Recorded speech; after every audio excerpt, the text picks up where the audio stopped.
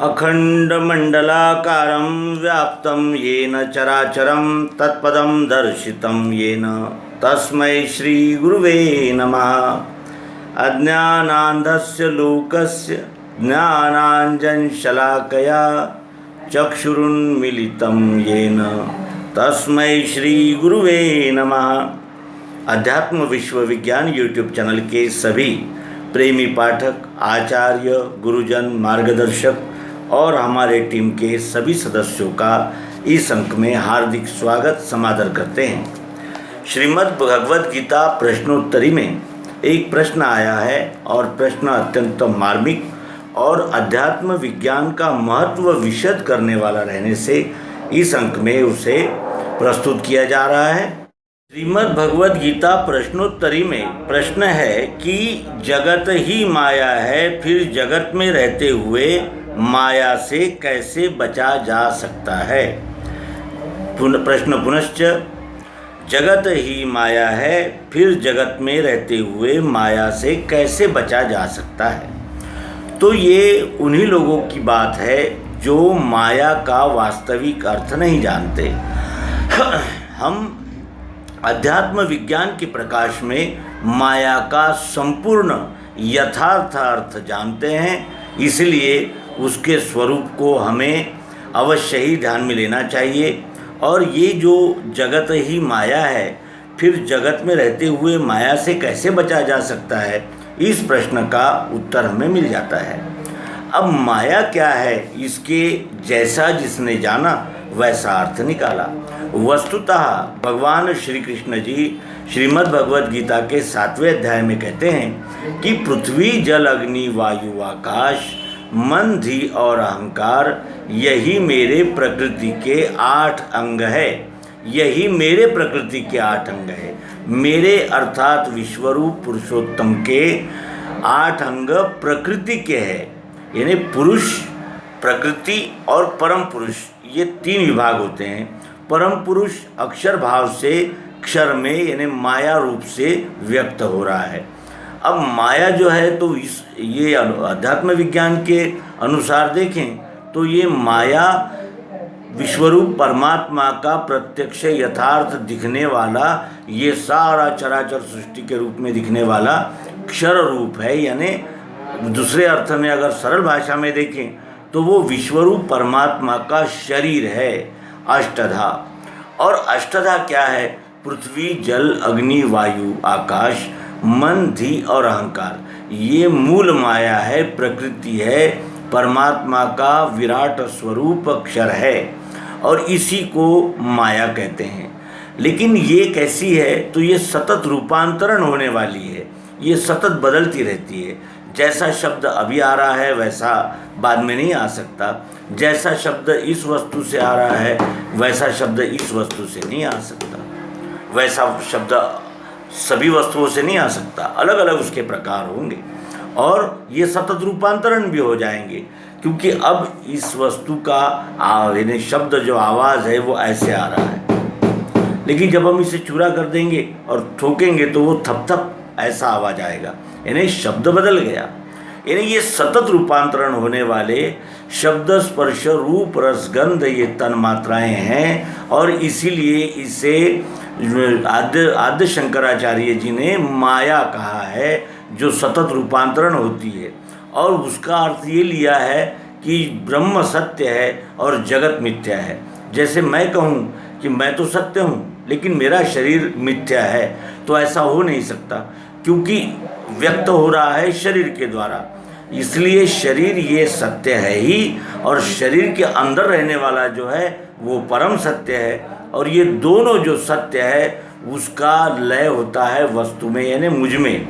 मेरे ही आँख, कान, नाक, त्वचा, जीभ है, मेरा ही मन, बुद्धि, अहंकार है और मेरा मुझ में ही गुण, जो कुछ भी गुण है वो चाहत, ज़रूरत, प्रियत्व रूप आत्मा, यानी वो निराकार अक्षर भाव भी मैं ही हूँ। और इन दोनों का लय होता है मेरे नाम में। हमारा नाम लेते ही फिर ये दोनों भाव, क्षर, अक्षर, माया और ब्रह्म, इन दोनों का लय हो जाता है। इसलिए यहाँ ये अध्यात्म विज्ञान स्पष्ट रूप से दर्शित कराता है कि माया कोई तुमसे अलग चीज़ नहीं है, और माया जब अलग नहीं है तो इससे हम दूर भी नहीं हो सकते, और इससे बचना तो बहुत दूर है, बच तो सकते ही नहीं, क्योंकि इसी से तो बना है। जैसे लोहे से ही बना हुआ पलंग ये कह दे कि मैं लोहे से अलग हो जाऊंगा, और प्लास्टिक से बना हुआ ये कंप्यूटर है ये कहे कि मैं प्लास्टिक से अलग हो जाऊंगा, इस प्रकार अगर कहे तो वो कितनी हास्यास्पद बात होगी। और ये तो हो ही नहीं सकता, ये तो एक हवाई किला बनकर रह जाएगा, क्योंकि माया ये यानी साकार को कहते हैं, और बगैर साकार से निराकार व्यक्त नहीं हो सकता, और निराकार के बगैर साकार तो संभावना ही नहीं है। क्योंकि यहाँ देखें तो मिठास ने ही आकार धारण किया है डल्ले का, मिठास नहीं है तो आकार हो ही नहीं सकता, और मिठास नहीं है तो भी आकार नहीं हो सकता, और आकार है और मिठास नहीं है तो भी वो शक्कर नामधारी आकार नहीं हो सकता, और इन दोनों का लय नाम में होता है। शक्कर कहते ही इसमें जो भरी हुई कुटस्थ मिठास, और ये आकार जो डल्ला दिख रहा है जिसमें शब्द, स्पर्श, रूप, रस, गंध, सतोगुण, रजोगुण और तमोगुण, ये तीनों, ये अष्टधा माया है जो प्रकृति कहलाती है, और प्रकृति को हम नकार नहीं सकते, क्योंकि ये विश्व प्राकृतिक है, मनुष्य निर्मित नहीं, इसलिए इसको टाल नहीं सकते। अब वो जो कहते हैं उसका मर्म हम ध्यान में लें कि जगत ही माया है, फिर जगत में रहते हुए माया से कैसे बचा जा सकता है?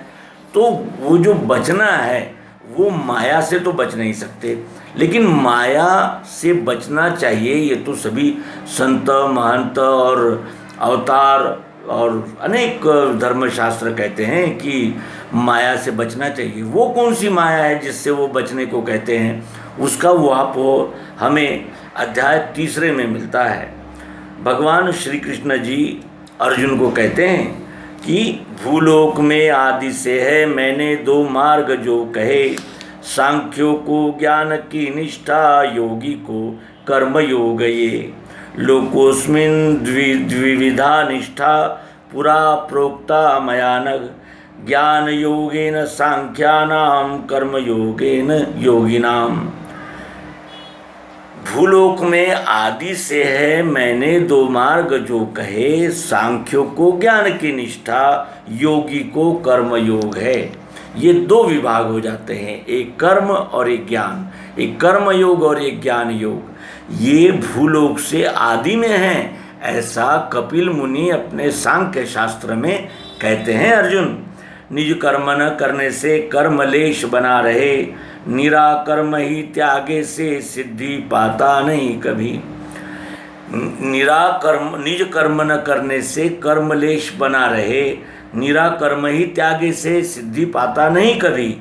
नहीं रह सकता कोई क्षण भी कर्म के बिना, जीवों से करवाते हैं स्वभाव गुण कर्म ये जो स्वभाव गुण है, रजोगुण, तमोगुण, सतोगुण, ये जीवों से कर्म करवाते हैं जो एक क्षण भी इस जीव से अलग नहीं होते, और वो कोई भी जीव, कोई भी वस्तु अपने स्वभाव को नहीं छोड़ सकती, उसके कर्म उससे नहीं छूट सकते। ये यहाँ भगवान श्री कृष्ण जी कहते हैं। जो महामूढ़ जीवात्मा कर्मेंद्रिय दबाए के, हिये से भोग ही त्यागे, उसको मिथ्याचारी उसे कहा। जो महामूढ़ जीवात्मा कर्मेंद्रिय दबाए के, जो यानी ईश्वर साधना के नाम से या संन्यास का विपरीत अर्थ करके कर्म को छोड़ देते हैं और जंगलों, पहाड़ों, नदी के किनारों अनेक प्रकार से एकांत सेवन करते हैं, उनके विषय में कहते हैं कि जो महामूढ़ जीवात्मा कर्मेंद्रिय दबाए के, कर्मेंद्रिय को तो दबाते हैं, संयमित करते हैं, लेकिन हिय से भोग ही ताके, हृदय से भोग को ही ताकते हैं। हृदय में भोग की इच्छा जागृत है, लेकिन ऊपर से कर्मेंद्रियों का दमन करते हैं, उन्हें मिथ्याचारी कहते हैं। और ऐसे लोग ही आगे चलकर अपनी भावनाओं पर काबू नहीं पाते और अनेक प्रकार से उजागर होके अपमान अपयश का दुख सहते हैं, ये हम देखते हैं। तो अब ये महामूढ़ जीवात्मा कर्मेंद्रिय दबाए के ये से भोग ही ताके उसे मिथ्याचारी कहा। अब उपदेश कर रहे हैं कि पार्थ, जो मन से रोके इंद्रियां, जो इंद्रियों को मन से रोकते हैं संग त्याग के, वो किसी के भी संग दोष में नहीं लगते हुए मन से इंद्रियों को रोकते हैं और इंद्रियों से, कर्मेंद्रियों से करता है स्वकर्म। मन से इंद्रियों को निग्रहित करता है लेकिन कर्मेंद्रियों से स्वकर्म करता है, वह श्रेष्ठ है। वह श्रेष्ठ है जो मन से कर्मों यानी कर्मेंद्रियों को यानी इंद्रियों को दबाता है यानी रोकता है। दमन और शमन इसमें अंतर होता है। दमन का अर्थ होता है दबाना, नियंत्रित करना, और शमन का अर्थ होता है अपने यानी जैसे नियंत्रण में रखना। अब इस यहाँ ये समझना अत्यंत आवश्यक है। दम का अर्थ क्या होता है? ज़बरदस्ती करना। अब जिसका उल्लेख शुरू में ही भगवान श्री कृष्ण जी ने किया है कि जो महामूढ़ जीवात्मा कर्मेंद्रिय दबाए के ये से भोग ही ताके मिथ्याचारी उसे कहा। वो यानी अंदर से तो इच्छाएं जागृत रहती है लेकिन ऊपर से कर्मेंद्रियों को दमन करते हैं, दबाते हैं, ज़बरदस्ती करते हैं। और ज़बरदस्ती जब भी हम किसी पे करेंगे वो समय आने पर यानी अपने यानी जो नियंत्रण है उसको तोड़ के सामने आएगा ही आएगा, अवश्यंभावी, क्योंकि उसे दबाया गया है। जो समझाया हुआ है और दबाया हुआ है इसमें अंतर है। शमन का अर्थ होता है समझाया हुआ और दमन का अर्थ होता है ज़बरदस्ती उस पर हमने लगाम लगा दी और उस पर नियंत्रण पा लिया है। और ऐसा जो नियंत्रण है वो सदैव के लिए नहीं हो सकता, वो कुछ समय के लिए ही हो सकता है। तो इस तरह भगवान श्री कृष्ण जी कह रहे हैं कि अपने कर्मेंद्रियों को जो दमन रूप से दबाता है वो महामूढ़ जीवात्मा क्या है? मिथ्याचारी है, क्योंकि उसकी इच्छाएं जो है वो तो जागृत है लेकिन ऊपर से कर्म नहीं करूँगा ये संकल्प लेकर वो कर्मेंद्रियों को दबा रहा है। और यही इससे ध्वनित होता है कि हम माया से बचेंगे। लेकिन माया से कैसे बच सकते हैं? क्या कान अपना शब्द सुनने का स्वभाव छोड़ देंगे? क्या आंखें अपना रूप देखने का स्वभाव छोड़ देगी? क्या नाक अपना श्वास लेने का स्वभाव छोड़ देगी? गंध का अनुभव छोड़ देगी? क्या त्वचा स्पर्श का अनुभव छोड़ देगी? क्या जीभ अपना रस लेने का अनुभव छोड़ देगी? वस्तु के साथ तो स्वभाव लगा ही हुआ है, लेकिन उसको कर्मेंद्रियों को न दबाते हुए उसे यानी सरल ढंग से यानी ये जानकर कि ये विश्वरूप परमात्मा का ही साकार स्वरूप है, ये परमात्मा का ही प्रकृति ये अंग है, ऐसा जानकर उससे व्यवहार करना है।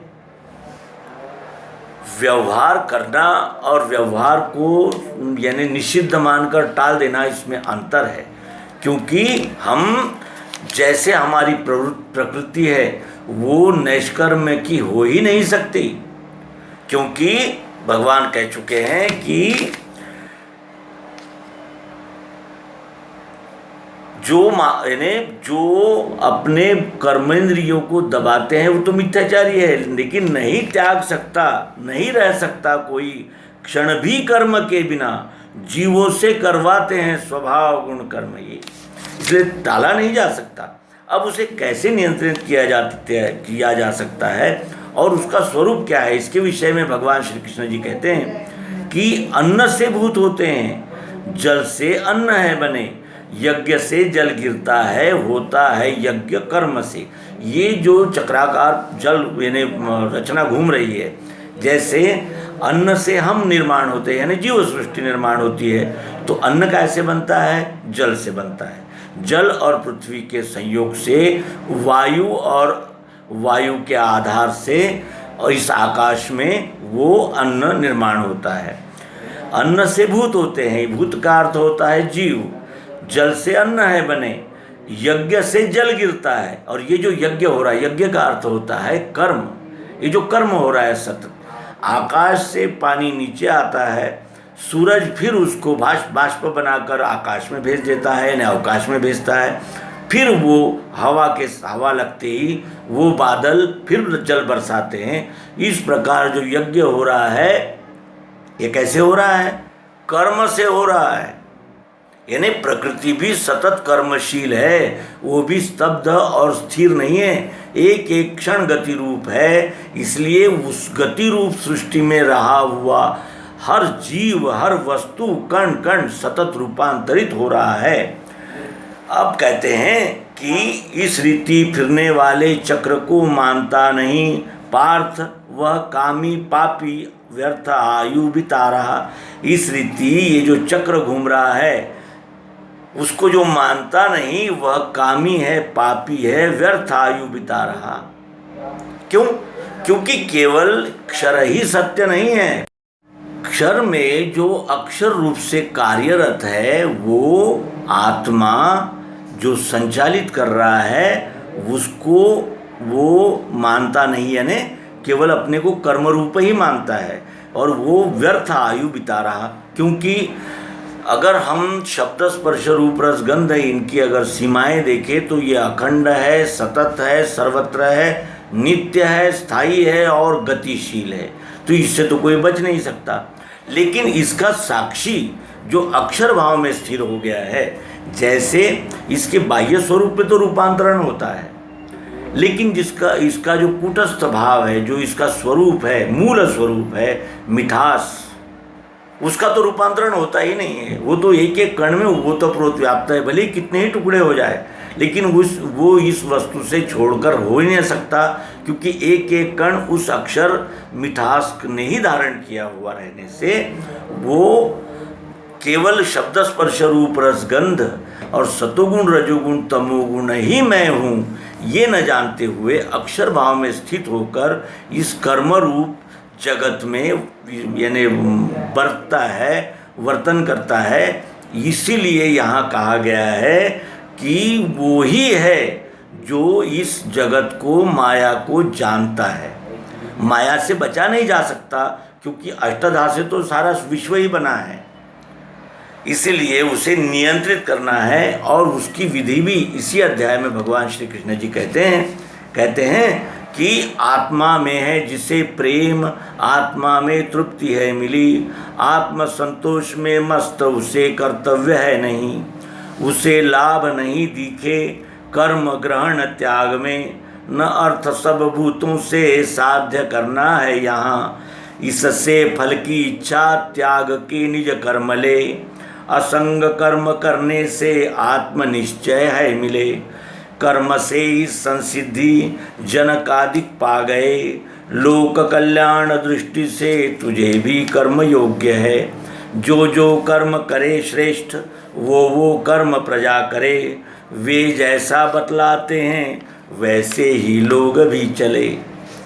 और स्वयं अपना उदाहरण देकर कृष्ण जी समझा रहे हैं कि पार्थ त्रैलोक्य में सारे मुझे कर्तव्य है नहीं, अप्राप्त प्राप्त करना है सो नहीं मैं कर रहा, आलसी बनके जो मैं यहाँ कर्म करूँ नहीं, तो सब मेरा ही पार्थ करेंगे अनुवाद ये, जो मैं स्वकर्म त्यागूंगा लोगों का नाश ही किया, बना शंकर का कर्ता प्रजा हंतार भी हुआ, जैसे पार्थ फलेच्छा से मूर्ख कर्म को मूर्ख है करे, तैसे ज्ञानी करे कर्म लोक कल्याण दृष्टि से, द्वैत बुद्धि नहीं देना अज्ञानी कर्म संगी को, जोड़ना सब कर्मों में ज्ञानी ने करके स्वयं स्वभाव। फिर समझा रहे हैं उसे कि स्वभाव गुण से पार्थ होते हैं सब कर्म ये,